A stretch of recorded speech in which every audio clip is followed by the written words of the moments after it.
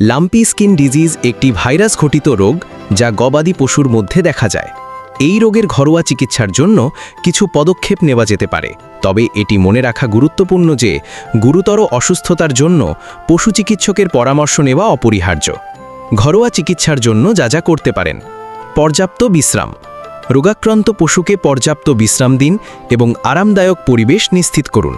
পরিমিত খাদ্য ও জল। রোগাক্রান্ত পশুকে পর্যাপ্ত পরিমাণে সুষম খাদ্য এবং পরিষ্কার জল সরবরাহ করুন।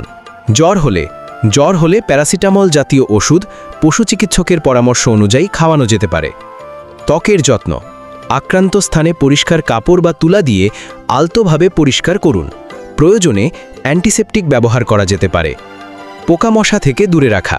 মশা, মাছি এবং অন্যান্য পোকামাকড় থেকে পশুকে দূরে রাখুন যা রোগ ছড়াতে পারে। এজন্য মশা তাড়ানোর স্প্রে ব্যবহার করতে পারেন। রোগ প্রতিরোধ।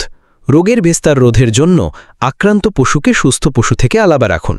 গুরুত্বপূর্ণ বিষয়: ভাইরাসজনিত রোগ হওয়ায় লাম্পি স্কিন ডিজিজের জন্য কোনো নির্দিষ্ট প্রতিষেধক নেই, তবে রোগের তীব্রতা কমাতে এবং পশুর কষ্ট লাঘবের জন্য এই পদক্ষেপগুলো নেওয়া যেতে পারে।